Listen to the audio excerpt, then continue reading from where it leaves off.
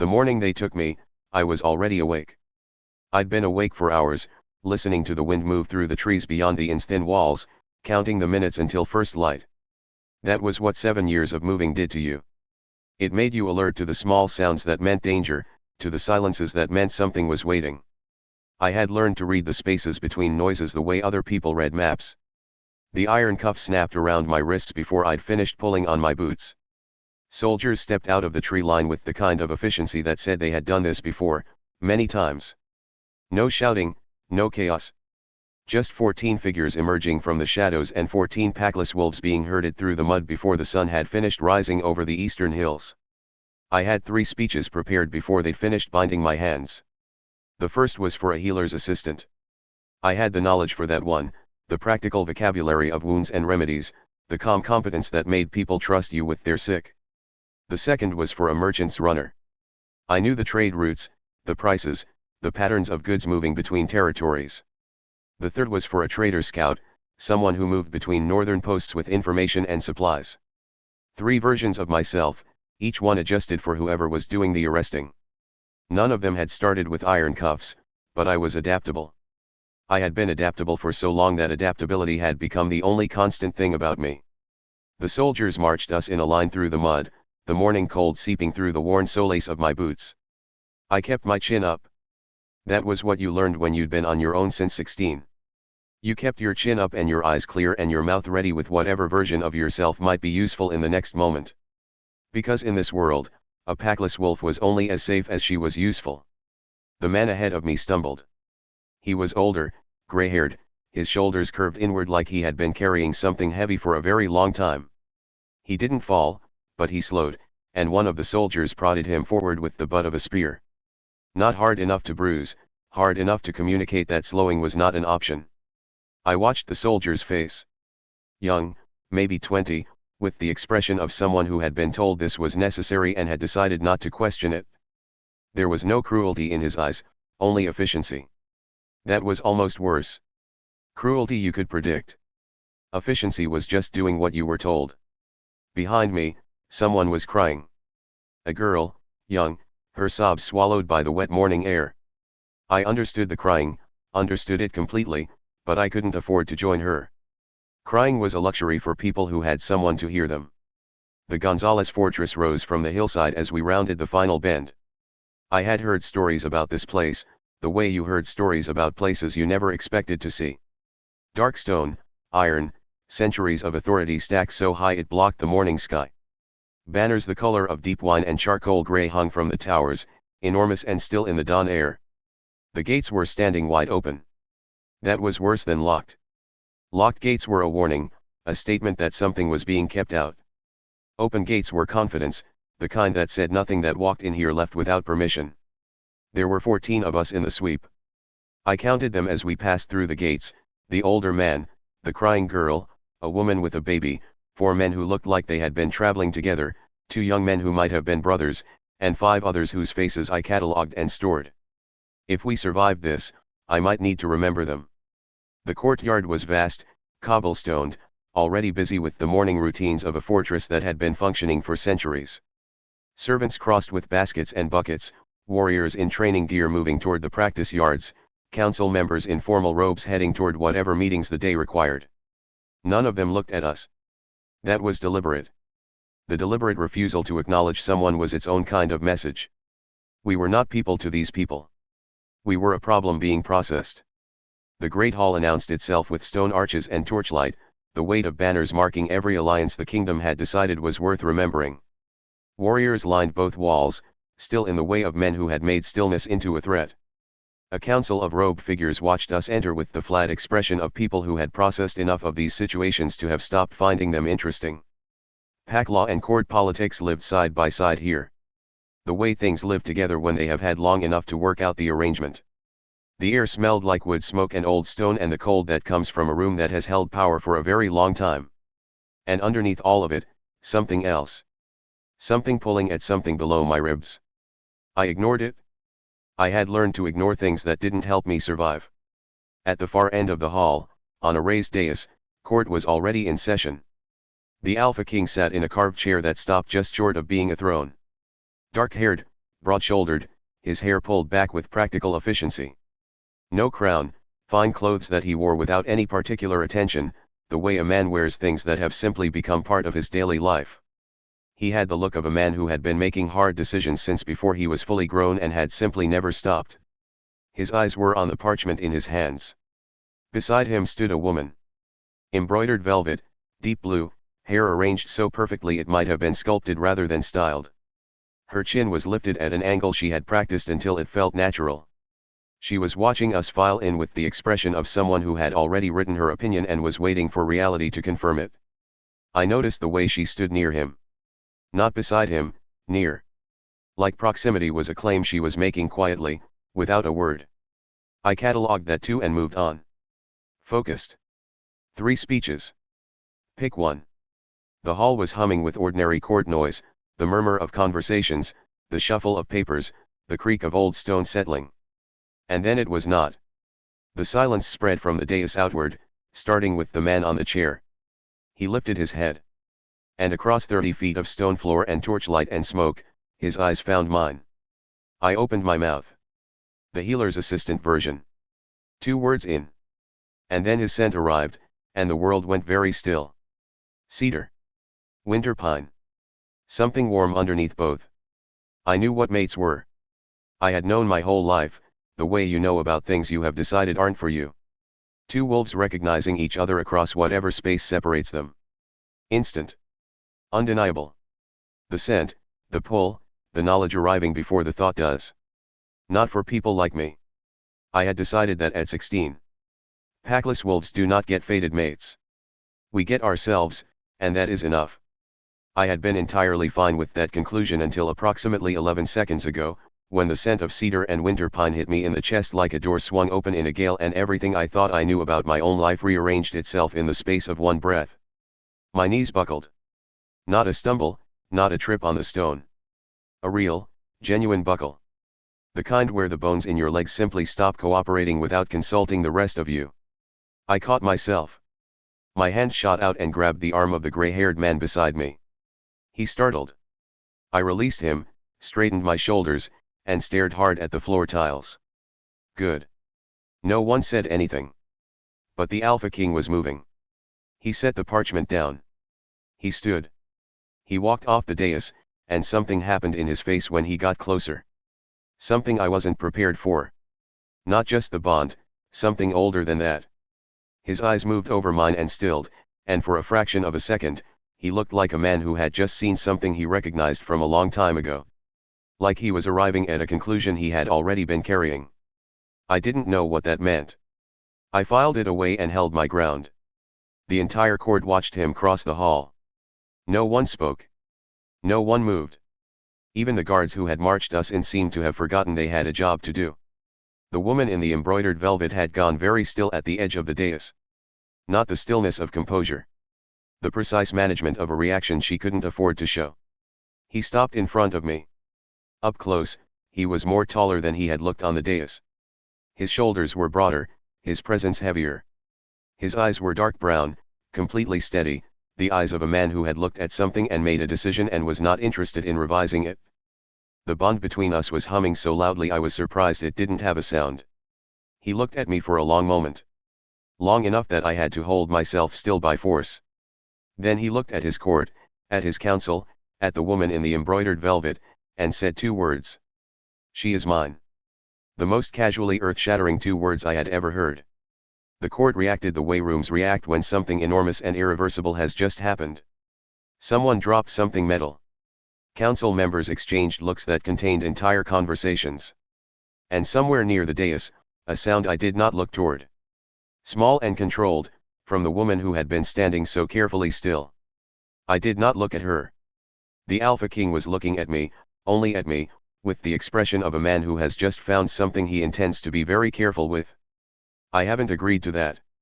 Someone in the court made a sound like they were trying hard not to choke. The corner of his mouth moved just barely. Not quite a smile, but something close. No, he said, you haven't. He did not look concerned about this. And still, underneath the composure I was holding onto by my fingernails, a part of me kept asking the question I didn't want to ask. Would any of this be happening if not for the bond? Is this him or is this the moon? I didn't know. And not knowing made it harder to accept any of it. My name is Zoe. I am 23 years old. I had talked my way out of 7 territories, 4 holding cells, and one very uncomfortable standoff with a border patrol commander who had extremely firm opinions about documentation. I had walked into this hall with 3 speeches about how useful I could be. Not one of them had accounted for this. His eyes were steady on me, and I was aware, painfully and inconveniently, that whatever I had walked in intending to do had already changed. The speeches were gone. The exit plans were gone. The careful distance I kept between myself and anything I wasn't prepared to lose had just taken a direct hit, and I hadn't even said a word yet. I didn't know what came next. But behind me, the woman in embroidered velvet was watching with a smile arranged perfectly on her face. And when the Alpha King turned back toward the dais, she stepped forward. The look she gave me over his shoulder was not the smile at all. It was a warning, the kind that meant she had already started. The air changed before I understood why. Not a sound, not a movement. A change. The way a room changes when a fire goes out. One moment the hall was exactly what it had always been. The next it was different. And the difference was his scent. Cedar. Warm. Clean. And underneath it, arriving not as a thought but as a fact, mine. My head came up. But that wasn't the only thing that arrived, because I had smelled that scent before. Not recently. Not here. 7 years ago, in the dark, in a barn on enemy territory past the eastern border. I had been 17, traveling without a guard because I had been arrogant enough to believe I didn't need one. I had paid for it. A territorial crossing gone wrong. 2 cracked ribs and an infected wound and 3 days without water, waiting for the decision the pack holding me was going to make about what to do with an alpha son caught on their land. I had been very calm about the likelihood of what that decision would be. And then a girl had slipped through the side door before dawn. Quiet, fast. She hadn't spoken much, just worked with steady hands and a healer's efficiency. The water skin pressed into my hands with no ceremony. She had cut the binding on my wrist where it had gone too tight. She had left the east gate unlocked. And she had looked at me once, directly, with eyes the color of deep water, and said, "Go. Don't come back this way." I had made it out. I had tried to find her afterward. Sent quiet inquiries through neutral channels, looking for a Packless healer girl near the eastern border. But going back to that territory directly would have started a war, and she had gone within days of my escape anyway. The trail had ended in nothing. I had carried the possibility that she was dead alongside the possibility that she was alive and simply gone, and neither had gotten easier with time. I had carried her for 7 years. Not as an obsession. As a debt I didn't know how to repay, and a face I hadn't been able to stop remembering, and as a quiet, low thing I had stopped naming. The hope that she was somewhere, still moving, still herself. And now she was standing in my hall in iron cuffs with mud on the hem of her cloak. And I understood, with a certainty that arrived before I was done assembling the evidence, that the moon had been paying attention. Mate. The word didn't present itself for consideration. It simply landed, deep and absolute and already true. And underneath it, her. Specifically, exactly. The girl who had saved my life without asking for anything in return. The cord parted. I crossed the hall and stopped in front of her. Up close, every detail sharpened. The set of her jaw. The worn boots she had clearly refused to give up. Her eyes tracking me with calculation, and something underneath the calculation that she wasn't quite managing to keep off her face. Not fear, not welcome, not anything she had made peace with yet.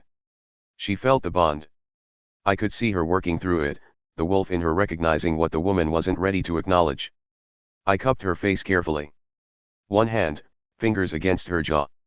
She went still the way something coiled goes still. Then I looked at my cord, at Celeste 3 feet to my left with her expression arranged into something that would pass for serene to anyone who didn't know how to look beneath it. "This is my mate," I said. "She is mine by the moon's will." There is no negotiation after that sentence. No arrangement that supersedes a mate bond declared before an entire court. Every person in that hall knew it.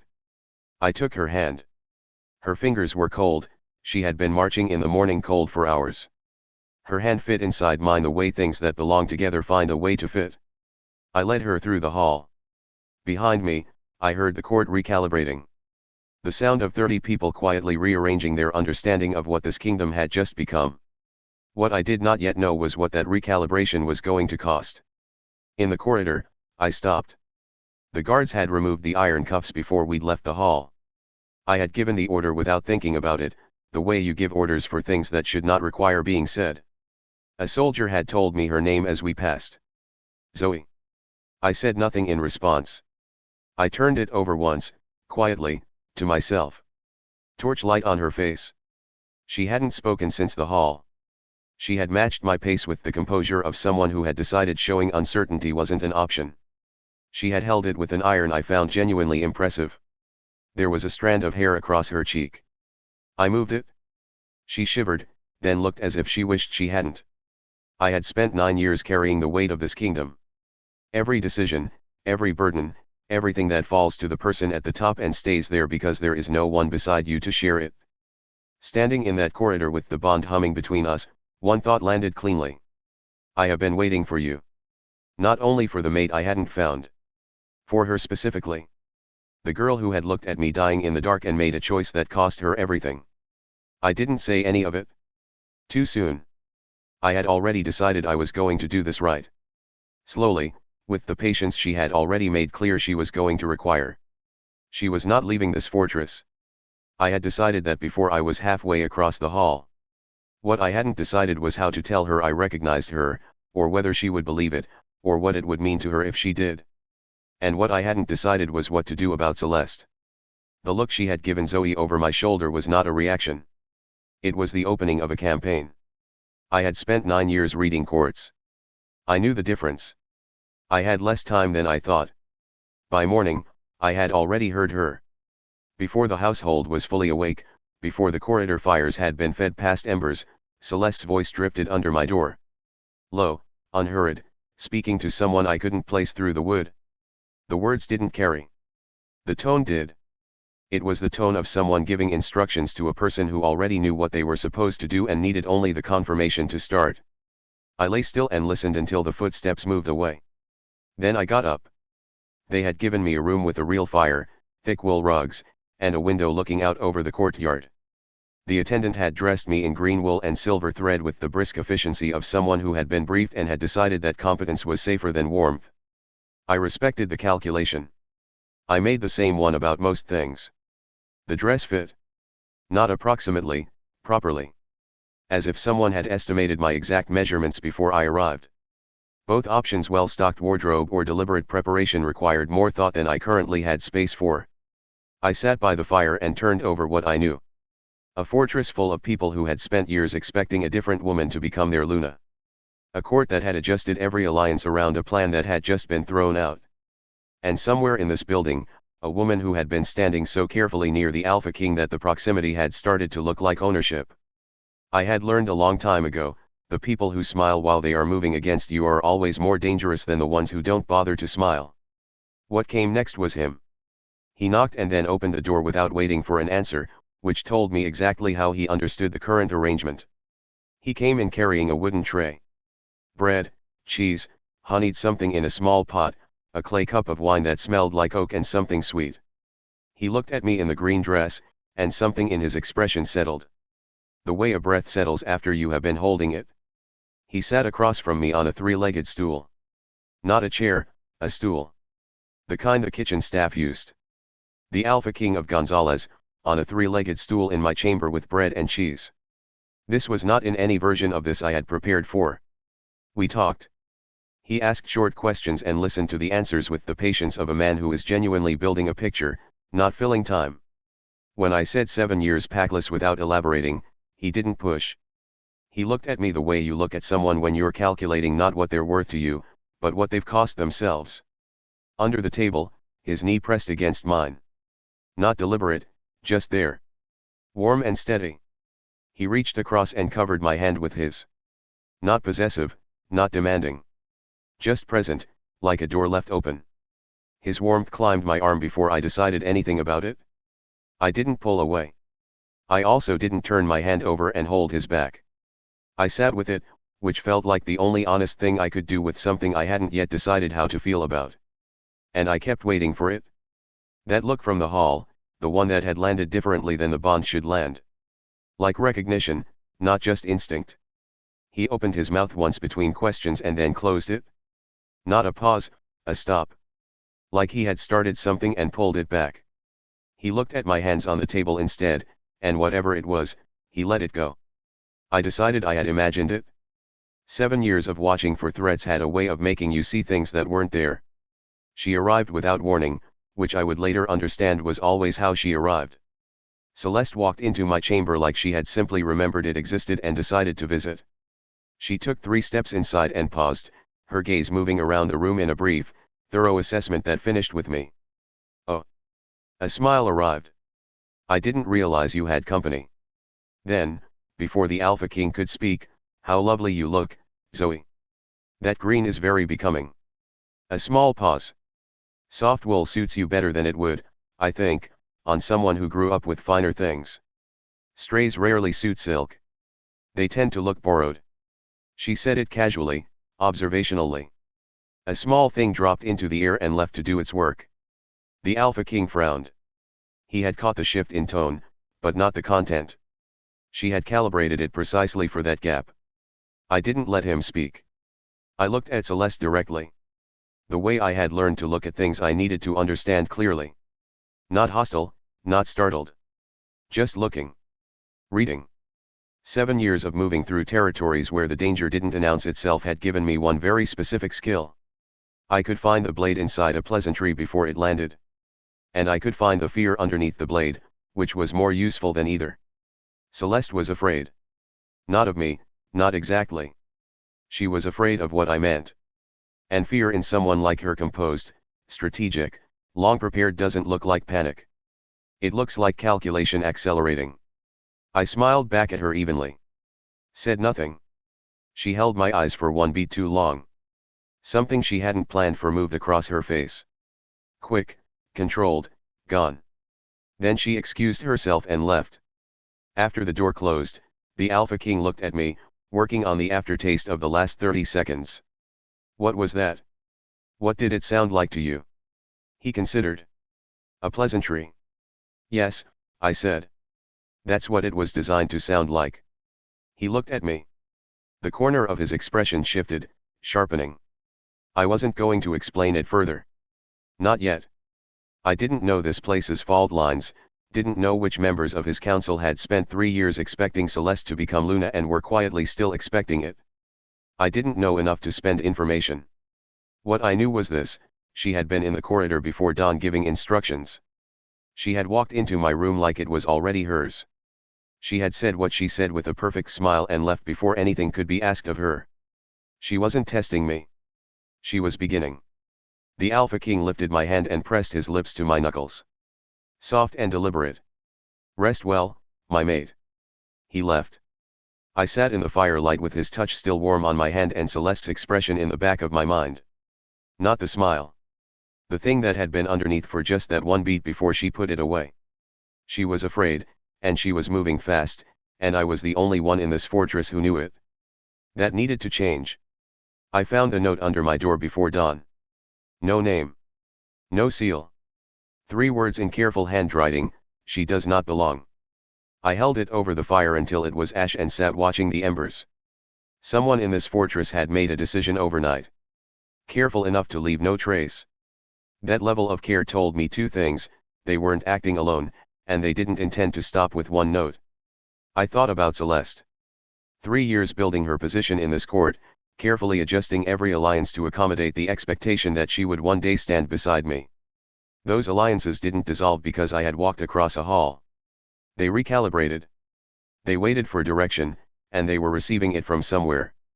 Javier, who had been at my side for 9 years and knew the texture of court trouble before it showed itself openly, had already started watching. But Celeste was not the only problem. My council was split. I had seen it in the hall, in the way certain members had exchanged looks during the declaration. 3 of them had staked their political futures on Celeste's position. If she fell, they fell with her. They had every reason to help her run down whatever ground she had left. 2 notes in 3 days was not a beginning. It was a tempo. I had been too patient. Moving carefully while Celeste moved fast was not strategy. It was a gift I was handing her. I went to find Zoe in the morning. I found her in the herb garden, crouching near a row of sage, turning a sprig in her fingers with the focused attention of someone deciding how it might be useful. She had changed into simple clothes, plain gray tunic, dark trousers, the worn boots she had clearly insisted on keeping. Good. They were hers. She was right to keep them. She heard me, straightened, turned with the reflexive readiness of someone who had learned not to be caught off guard. Then she saw it was me. The readiness shifted into something more guarded, but less alarmed. That was something with her. Something was already a great deal. I held out my hand. She looked at it. She looked at me.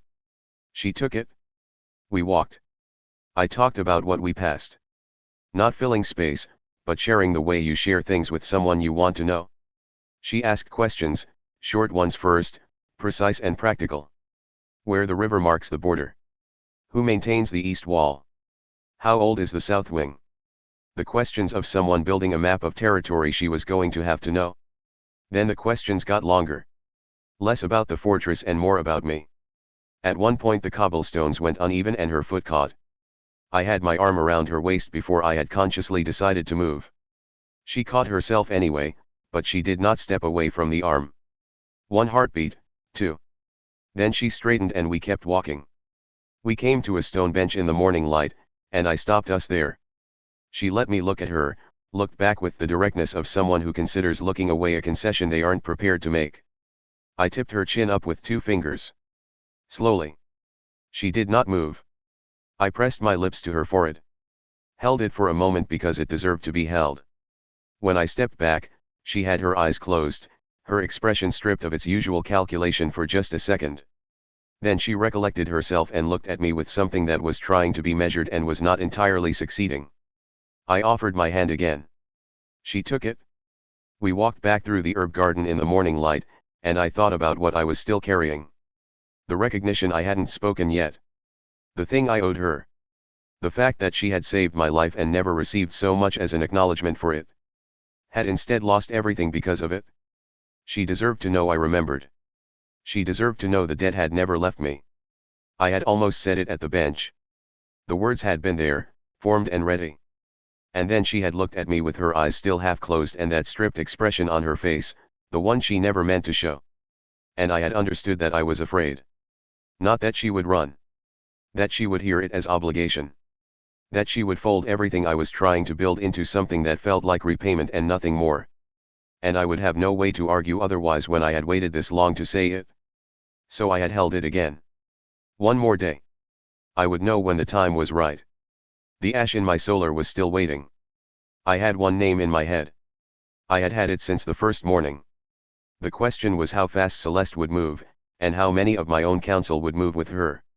I found the flower on my windowsill when I came back from the morning walk. Small. Pale. Placed deliberately in a cup of water that hadn't been there when I left. No note. Someone had been in my room while I was gone. I stood in the doorway and looked at it. It could have been innocent. But I had heard Celeste's voice in the corridor before dawn, and I knew how innocent her gestures were. I put the flower in my pocket.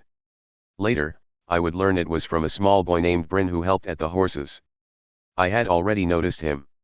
He had appeared at the edge of the herb garden that morning while we walked, half hidden behind a stone wall, watching with the focused attention of a child who has decided something is important and hasn't yet decided what to do about it. When I had looked directly at him, he had gone very still, then disappeared around the corner. Not afraid, just not ready. The pale flower on my windowsill. A spray of purple from the kitchen garden the day before. A smooth flat stone he had clearly been carrying for some time. Gifts delivered with the solemnity of a child making an offering, then fled before anyone could respond. I had put each one somewhere visible. I was not going to pretend they didn't matter. That evening, I went down to the feast. Long tables, good candles, a seating arrangement that communicated everything a court communicates through placement. I had been reading it since I arrived. Who defers? Who pretends to defer while doing something else? Where the weight actually sits. Tonight, The Alpha King seated me at his right hand. In pack hierarchy, the right hand is specific language. It said, "The matter is settled. If you missed the announcement 3 days ago, here is your reminder in the form of a chair." The feast moved through its courses. I listened.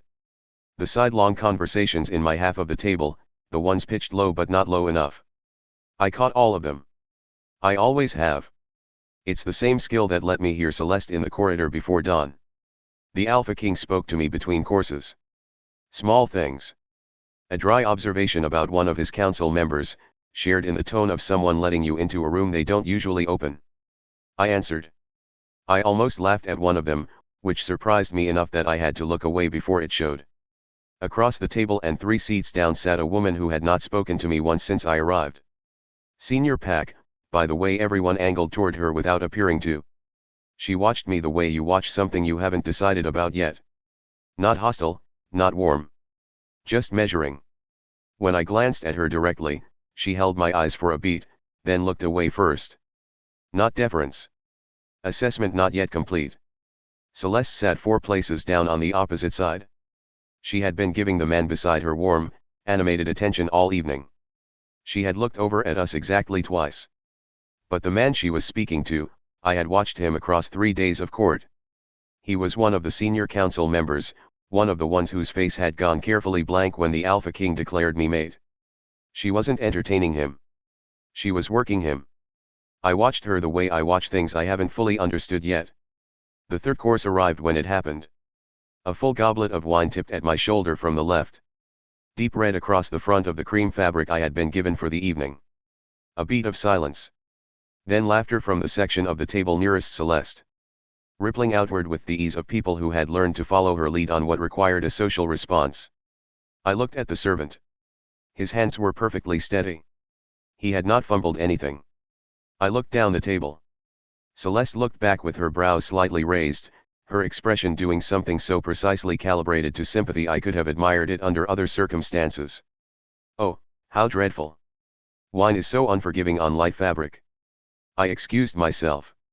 Set my napkin down with care.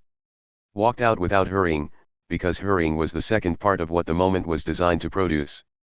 Back in my chamber, I sat on the edge of the bed and breathed. The bodice was ruined. I knew that before I had made it up the stairs. I got up anyway, found a cloth, started scrubbing. The wine had already set. I kept scrubbing until my fingers went red. Because there are things I can't fix that I refuse to stop trying to fix. And sometimes that stubbornness is the only thing I have left. And there it was. The thing I had been pushing down since the corridor before dawn, since the flower in the cup, since Celeste's eyes over his shoulder. I was scared. Not of the wine or the whispers or the perfectly timed cruelty of someone who had practiced her weapons until they were invisible. I was scared of needing something I couldn't carry alone, and it landing here in a place I hadn't chosen, with a man I hadn't planned for, surrounded by people who had already decided I didn't belong. Packless wolves don't get fated mates. I had built 7 years around that. And now my fingers were red from scrubbing a ruined dress in an unfamiliar room. And I was crying quietly and without permission, with no one watching and no one coming. And underneath the crying, that question again. The one I couldn't stop. If not for the bond, would any of this be happening? Would he have walked across that hall for me? Me specifically, packless and cuffed and nobody, if the moon hadn't made him? I didn't know. I had no way of knowing. And I had learned at 16 what it cost to believe something that turns out not to be true. I sat on the floor and let it go for exactly as long as I could afford to. Then I dried my face. I breathed. I was still standing, or close enough. He came through the door and saw me on the floor with the cloth and the stain and the state of my hands. His face did something I didn't have a name for. Something angrier than pity and more careful than anger. He crossed the room. He knelt in front of me. He took the cloth out of my hands. I let him. He wiped my hands clean. Then he set the cloth aside and pulled me into his lap. I put my face against his neck. He was warm. The bond settled into the contact the way something settles when it has finally found its place. And I didn't have a framework for that word applied to another person, and I was going to have to figure out what to do with it. His hand moved through my hair. "I'm sorry," he said. "The court should know better." He didn't say it was an accident. The apology he chose was for behavior under his authority. He had understood the shape of it before he had come through the door. His lips found my temple, my cheek, the corner of my mouth. Asking nothing, I turned my face toward his, just slightly. The kiss was soft and lingering, and when it ended, he pressed his forehead to mine, and neither of us moved. I pressed my face back into his neck and stayed where I was. I had not told him about the flower. Had not told him about the footsteps before dawn, about the instructions in the corridor. I had been handling it the way I handle everything, alone, quietly, without asking anyone for help I wasn't sure they would give. That was a serious mistake. And I was starting to run out of time to correct it. I found the second note tucked into the frame of the garden gate she used most. Same careful handwriting, she will ruin everything you have built. I held it in my closed fist for the entire walk to the council chamber. 2 notes in 3 days. The wine at the feast. Zoe managing all of it alone, holding her composure with the practiced discipline of someone who had survived 7 years by never letting anything show. That evening, the council meeting confirmed what I had suspected. Councillor Meruan, 3 years aligned with Celeste's future position, 3 years building a network inside this court that answered to her interests, had been quiet in a way that was not neutrality. It was the quiet of a man watching the board and deciding whether his next move should be visible. I had been watching Celeste. I should have been watching Meruan. After the meeting I sent for Javier. Find out what Meruan has been discussing privately for the last 4 days. Find out who was holding the goblet at the feast. And find out what Celeste has been doing before dawn. Javier looked at me. How far do you want me to go? As far as it takes. I had been too slow. I had burned notes and moved carefully and given Zoe time to arrive at this place on her own terms. And while I was doing that, Celeste had not been giving anyone time at all. That was not going to continue. Walk with me. A beat. Then she stepped out. I led her through the east passage and out through the gate to the rose garden. My grandmother had planted the original stock. My mother had added the second row. In summer, it was almost too much. In early spring, it was stripped back to structure, dark canes and thorns and the suggestion of what it would become under a sky full of stars and a moon 3/4 full. Zoe looked up when we came out from under the gatehouse arch. For a moment, her face was open, unguarded, the expression of someone who had stopped paying attention to armor and had simply reacted. I draped a wolf fur cloak over her shoulders. She pulled it around herself without comment. We walked at first in silence, which was fine. We had learned each other's silences in 5 days. Her silences are inhabited. She is thinking in them, running the numbers on whatever she is watching. Mine are similar. She asked about the garden. I told her about my grandmother, a woman who had run this kingdom for 11 years after my grandfather died and before my father was old enough to assume it. A woman who had understood that choosing to make something grow when everything else was hard was its own kind of argument. An argument for what? That things worth having require patience, and the willingness to let them grow on their own schedule. A quiet moment. Is that what you're doing with me? Yes. She nodded once. The nod of someone deciding whether to trust an answer. We came to the ancient oak at the center of the garden. I stopped. I turned her to face me. Her chin came up, the reflex so ingrained it was probably there before she was old enough to understand why she needed it. I never wanted Celeste. She held very still. I know what it must look like from where you're standing. An arrangement in place for years. A woman prepared for the position. A court that had adjusted every expectation accordingly. I know it looks like I had a plan and then you arrived and the plan changed. I looked at her directly. The moonlight through the rose canes made patterns across the ground between us. The bond pulled at both of us like a tide that didn't care what time we had decided to take. What is true is that I was fulfilling a duty I was told I had, because I didn't know this was possible. That there would be a person. That I would see them across a hall and everything that had been obligation would become beside the point. Her face stripped down just for a moment. Long enough. I want you, Zoe. Not the position. Not the utility of the bond. You specifically. I drew her in, hands at her waist. Careful, giving her every chance to step back. She rose on her toes. We kissed for the first time under the old oak in the early spring dark. The bond humming between us like something that had been waiting a very long time to be acknowledged. When we pulled apart, she had her eyes closed, not armored, not calculating. Just here. I pressed my lips to her forehead, her temple, the curve of her cheek. She opened her eyes, and for the first time since I had walked off the dais, she smiled. A real one. Small and startled, arriving before she had decided to allow it. I took her hand, and we walked back through the rose garden under the moon. And for the first time in 9 years, the weight I carried did not feel entirely like mine alone. I did not see in the shadows near the gatehouse arch the figure standing there watching. The hem of embroidered velvet disappearing through the door just before we reached it. I would not know until it was already too late. I found her in the corridor. Not planned. I had been on my way to the herb garden in the early morning when I turned the corner and there she was. Celeste, alone, standing at the passage window with a cup of something warm, watching the courtyard below. No arranged scene. No audience. Just the two of us in a corridor that was still too quiet for the day to have properly started. She heard my step, turned. We looked at each other. This was the moment, and we both knew it. The wine at the feast. The footsteps before dawn. The flower in my room. Everything she had done with a smile on her face and an audience watching, everything calculated to land without leaving a mark. Not this morning. I think we should speak plainly, I said, since we're here. Her chin came up. The practiced angle. I have nothing but goodwill toward you. I know that's what you've decided to believe. I took a step toward her. Not threatening, just closing the distance she liked to have. The space she used to control a room. And I understand why the arrangement you had in mind for years was disrupted by something you didn't plan for. I understand that this has been hard. Something moved in her face. Careful. Controlled. What I need you to understand is that I have spent 7 years reading people in rooms where getting it wrong meant losing everything. I know what you're doing. I know how you're doing it. I know which member of the household you spoke to before dawn on the second morning. I know who was holding the goblet at the feast. A pause. And I know you were standing at the gatehouse arch last night.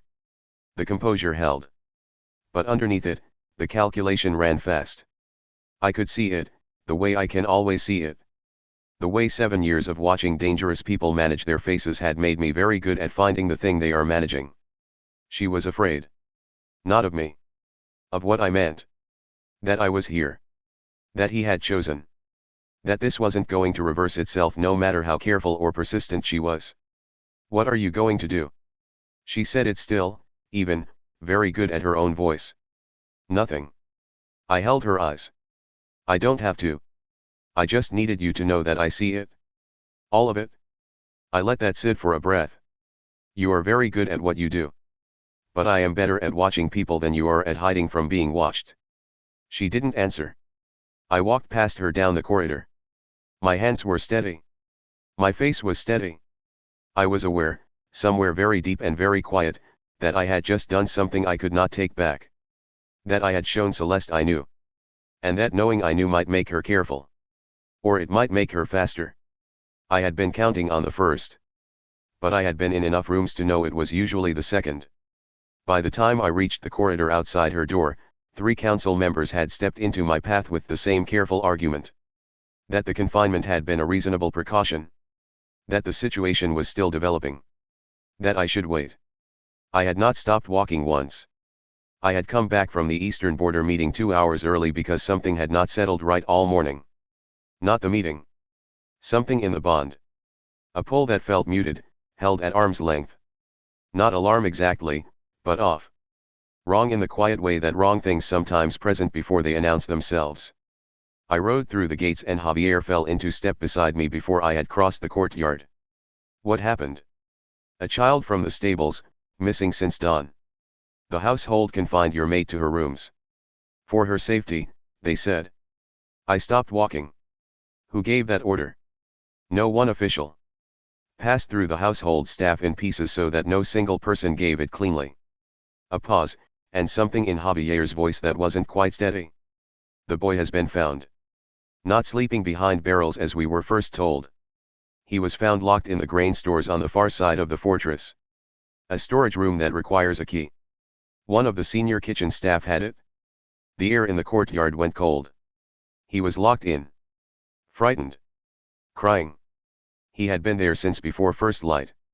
Javier looked at me directly. It was not a misadventure with the cat. I assembled the shape of it as I moved. Bryn, the small boy who had been appearing at the edges of Zoe's walks, leaving her things, appointing himself her unofficial companion. Someone had noticed. Someone had seen what Bryn represented to her, the first thread of belonging she had allowed herself in this fortress. And had removed him. Not to hurt the child. To use him. To manufacture a crisis timed for a morning I was away from the main building. A packless wolf in a fortress she had been in for less than 2 weeks. The missing child already connected to her in every servant's mind before the search had even begun. It was deliberate. It was exact. And Meruan's name surfaced alongside Celeste's. The two of them moving in tandem, the political and the personal aligned against one woman who had no backing, no family, no history in this place to draw on. I had been too slow. That was not going to continue. I knocked once on her door, then went in. She was on the window seat. Knees drawn up, back straight, watching the door with the expression of someone who had been waiting and had already decided how they were going to present themselves when the waiting ended. Eyes clear. Hands still in her lap. The afternoon tray on the table beside her, untouched. She had been in this room for hours. Alone. Holding herself together with the discipline of someone who had spent 7 years making sure no one could see her come undone. I crossed the room in 4 steps and knelt in front of her. Are you hurt? No. Are you frightened? A bit. Honest? I was a little. I gathered her close. Not careful, not measured. My arms around her, her face against my shoulder. Her fingers found the front of my coat and held on. I knew you were coming back, she said. I just had to wait. Something in my chest did something complicated. You should not have had to wait at all. I pulled back enough to see her face. I pressed my lips to her forehead once because I needed her to have it. Then I looked at her. This will not happen again. Not this. Not any version of this. Never again. Her eyes held mine. I know, she said. And I could see her deciding carefully to believe it. There is a specific kind of courage in that. In choosing to believe something when every previous version of that choice has cost you something. She had been given reasons not to trust alphas, not to trust authority, not to trust a room she couldn't exit freely. And here she was, looking at me with clear eyes from a room she hadn't been able to leave, choosing. I pressed my lips to her forehead and held them there. Then I stood. There was something I had to attend to. It had been waiting too long to be properly ended. But there was something else waiting too. Something I owed her that had nothing to do with Celeste or the court or any of the rest of it. I had told myself I would wait until she trusted this enough to hear it. I had told myself it wasn't the right moment, that it was too soon, that she would run. Watching her in that window seat, her face clear and her hands still and the door held at arm's length because she had trusted me to come back, I understood that I had been cowardly. That I had been protecting myself from her reaction, not protecting her from the information. Tonight, after the rest of it was done, I was going to tell her. She was already in the hall when I entered. Celeste, standing in the same position she had occupied the day Zoe arrived. Embroidered velvet, chin at the practiced angle. The full arrangement of a woman who had prepared herself for a difficult scene and was confident in her ability to manage it. I took my seat. The council was in their chairs. The senior warriors were along the walls. The household staff who had made decisions that morning were present. I had made sure of that specifically. Councillor Meruan was 3 seats to my left. His face gave nothing away. I kept him in my periphery. I looked at the room. Then I named it. All of it. Item by item, in the flat specific way that leaves no room for reinterpretation. The wine at the feast. The servant whose hands had been perfectly steady. The pocket of laughter from the section of the table that had spent 3 years aligned with Celeste's interests. The words chosen for a corridor she had known would carry. Novelty. Charity. He will tire of it. 2 notes appearing in careful, traceless handwriting under my door and in the gate frame Zoe used most. A child taken from the stables before first light, locked in a storage room on the far side of the fortress with a key held by someone who reported upward to a very specific person in this household. The child found frightened and crying, not sleeping peacefully, which was what we had been told. which was its own evidence of how long this had been planned and how carefully the story had been prepared in advance. My mate, alone in a room for half a day, confined on the basis of an emergency that had been manufactured before she had done a single thing wrong. I did not raise my voice. The quieter the delivery, the more clearly a thing is heard. The council was very still. The warriors were very still. Celeste was still. Meruan did not move, but something behind his eyes did. A very fast, very private calculation arriving at a conclusion. These were not accidents. They were a campaign conducted against my mate in my house, while I trusted that the terms of release I had offered were being honored in good faith. Celeste found her moment. You are describing intentions I do not have. I have shown your mate nothing but courtesy. You have shown her everything except that. And you did it carefully enough that you believed I would not trace the line of it back to you. Something shifted in her face. The composure held, but underneath it the calculation ran and found nothing left to calculate with. I was meant to be Luna. You were never going to be Luna. That was a plan made in the absence of a mate, and it was always conditional on that absence. The absence ended. You were released from the arrangement with what I believed was good faith. What has happened in the days since has told me I was wrong about that. Silence. You will leave Gonzales territory before moonrise tonight. Your family will be notified. You will be treated with dignity in the departure, which is more consideration than was extended to my mate or to a small child locked in a dark room. This is the final word on the matter. She looked at my face.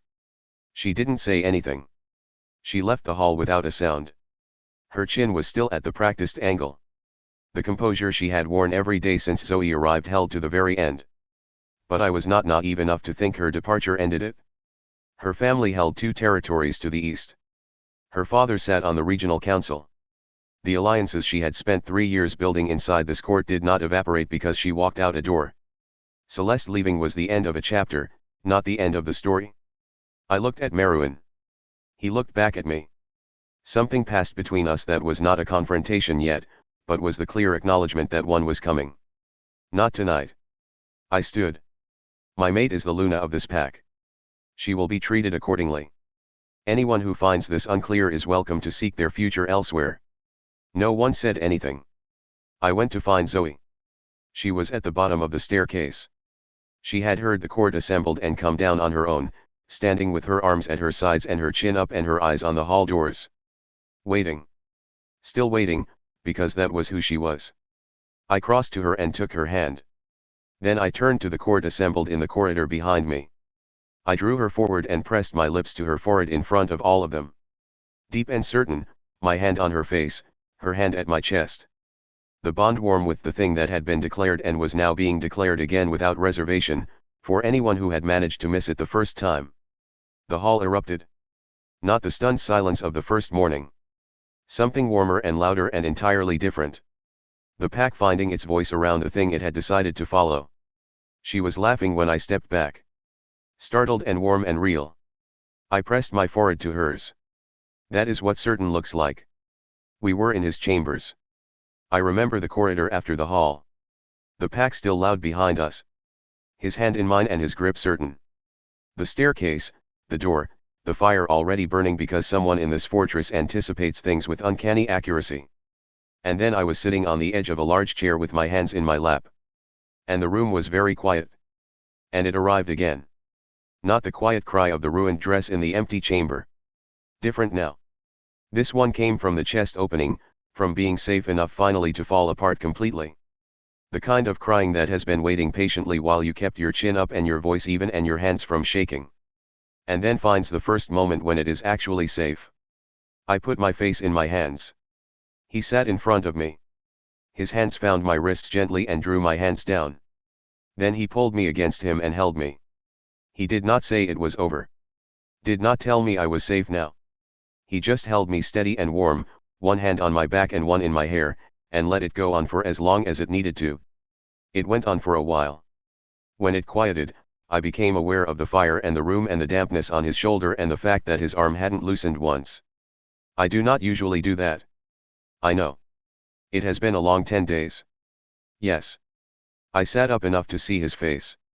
He looked at me the way he always looks at me.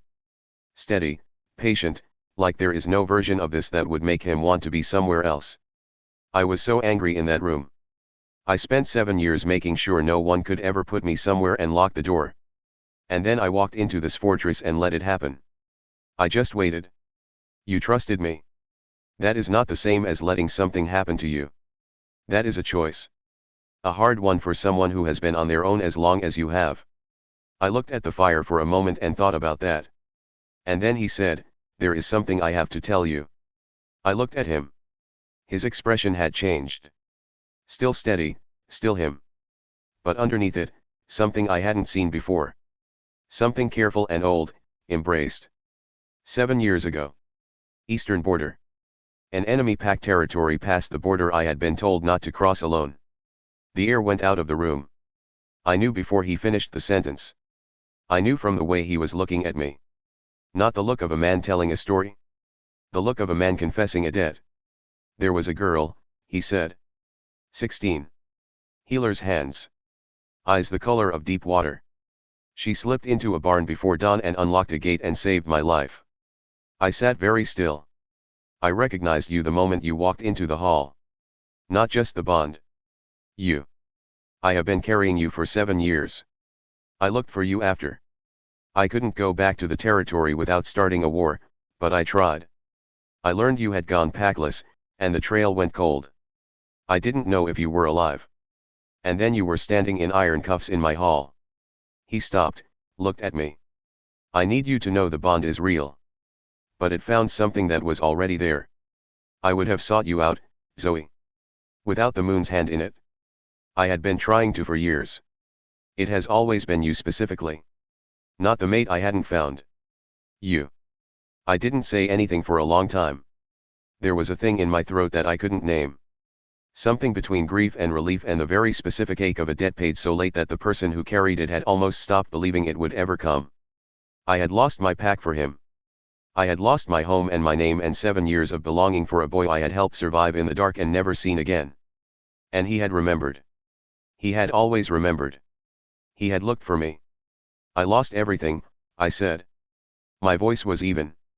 Barely. My pack. My place. Everything I had. Because I unlocked that gate. I know. And the weight in those 2 words was not nothing. It was a man who had carried the understanding of that cost for years and had never been able to do anything about it. I know what it cost. I have known for a long time. I never found a way to believe I deserved what I owed you. The thing in my throat broke loose. I didn't cry this time. Something else happened. Something quieter and more complete. The question I had been carrying since the hall: would he choose me without the bond? Does he see me, or only what the moon put in front of him, didn't disappear? It answered itself.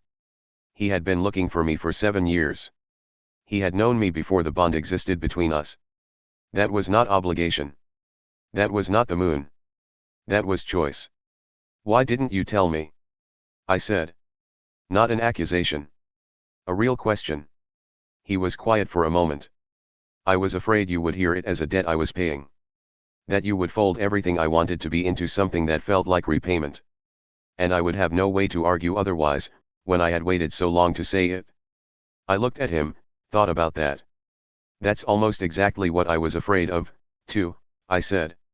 Something moved across his face. Not quite a smile, something quieter.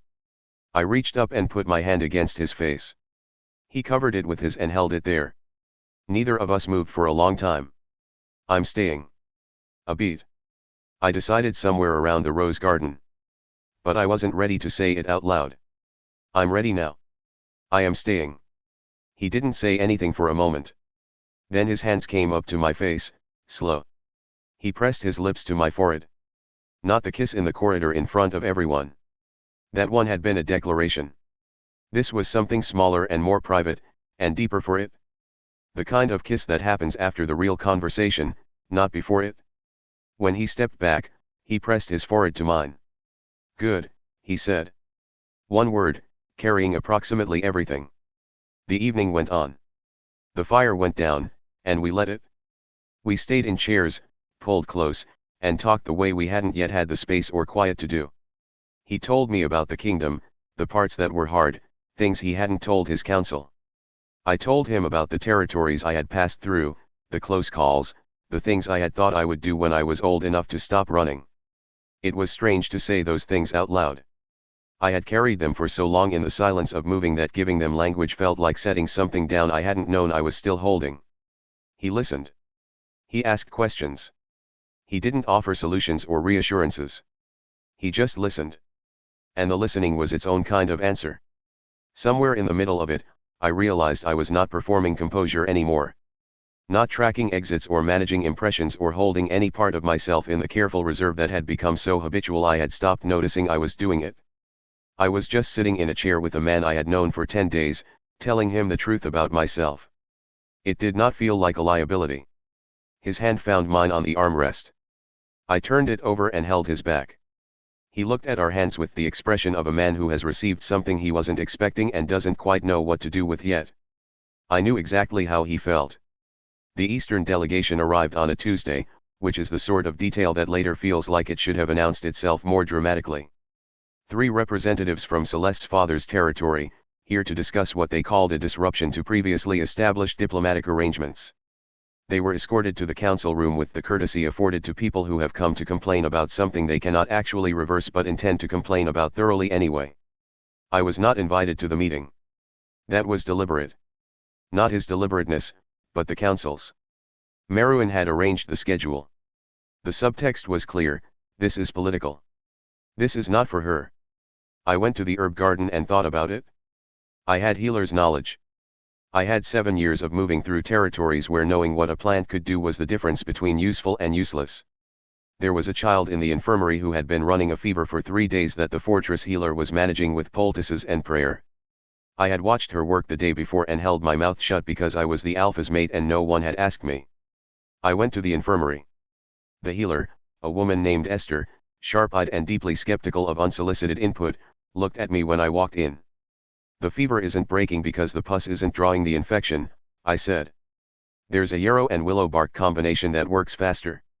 I can show you, or I can step back. I didn't come to take over. I came because I know the plant and the child has been sick for 3 days. A long pause. Then Esther handed me the mortar. The child's fever broke by evening. Esther didn't say much, but she didn't ask me to leave either. And when I came back the next morning, she had already set out the yarrow. I did not do it for the court. I did not do it to earn anything. But the woman who had watched me across the feast table, the one who had never spoken to me, who had spent days measuring and not yet deciding, had been in the infirmary doorway for some of it. I had not acknowledged her. She had not come in. When the child's fever broke and I looked up, she was gone. I was not invited to the delegation meeting. He told me afterward what they had said. That the mate bond was acknowledged, but that long-standing diplomatic arrangements had been built on certain expectations.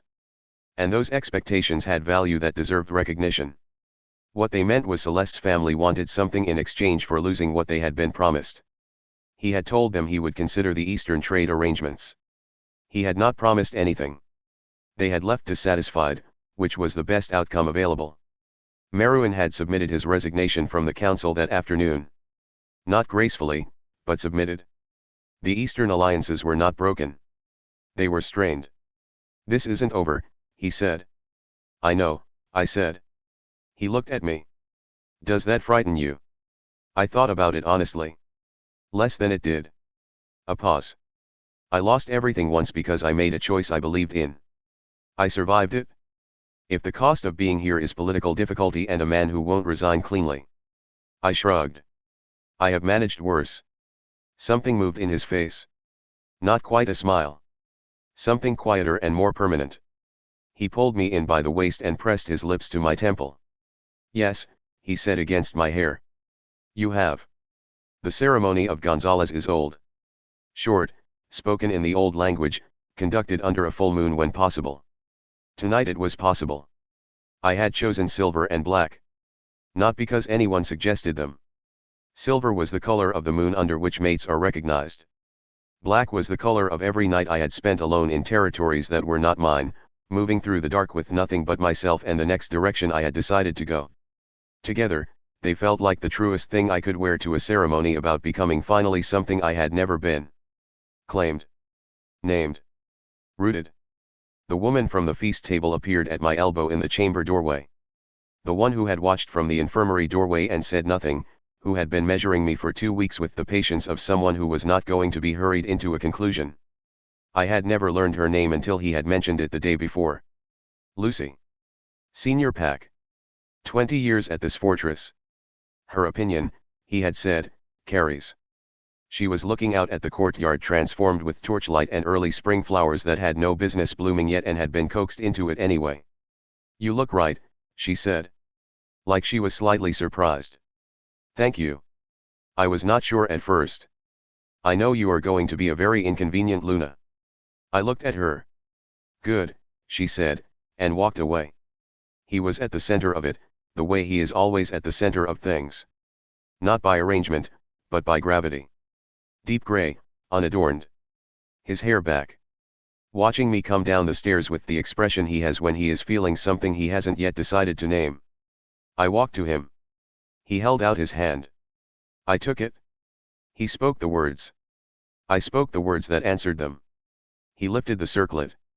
Silver and dark stone, simple, made in the 3 days since I had said silver and black. He placed it on my brow carefully, his hands in my hair for a moment, adjusting. Fingers warm against my temple. Then he looked at me with the face from the rose garden. The one without armor. He pressed his lips to my forehead before the kneeling pack under the full moon. The pack responded with a sound that rose from the ground up. Several hundred wolves acknowledging something they had decided to follow. I pressed up on my toes and pressed my lips to his forehead briefly, because I could and because I wanted to and because those two things were finally the same thing. The pack made the noise again. Warmer. 3 months later, I stood on the balcony off our chambers in the early morning. The valley still in shadow, the sun just beginning to clear the far hills. He was behind me, his arm around my waist, his chin at my temple. He had council at mid-morning and a border report to review and other things on his list for the day. He was here anyway. He was always here anyway, in this particular morning hour before the day claimed us. What are you thinking about? His voice was quieter in the morning. Less king, more just him. The courtyard. The first day I walked in with a speech about how useful I could be. 3 different versions. I would have liked to hear them. I laughed. His arm tightened around my waist. I was so sure I would talk my way out. And then you walked off that dais and all of it just went away. All 3 versions. I'm glad. So am I. The valley finished its turn from shadow to gold. I thought about the 14 of us in iron cuffs, not a year ago. About the speeches I had prepared. About the 7 years of territories that were not mine, and the girl who had decided at 16 that packless wolves do not get fated mates, and had built her entire life carefully around that fact. That girl had walked into a hall, ready to barter her freedom with words. She had not expected any of this. I turned in his arms to face him. His eyes in the early light were the same dark brown they had been across 30 feet of stone floor on the first morning. Looking at me the way he had looked at me before he had any particular reason to. Steady. Without reservation. Like the decision had already been made and there was nothing left to reconsider. I was always yours, I said. He looked at me for a moment. I know. And then quieter, so was I. He pressed his lips to my forehead, soft in the warm light. Below us, the fortress was waking up with the purposeful noise of a place that had work to do. The training yard. The kitchen. Javier already at the war table. Lucy already managing something no one had asked her to manage. The pack doing what packs do when they have decided collectively that the thing they are organized around is worth organizing around. I had walked into a hall with 3 speeches. Now I was standing on a balcony watching my valley go gold in the morning light with his arm around my waist and his lips at my temple. And the only thing I wanted to do with any of the speeches was laugh. We stayed a little while longer anyway. The sun had cleared the hilltops. The valley was fully gold. The fortress below us was alive with the noise of the day. I had run out of road here. I was glad I had.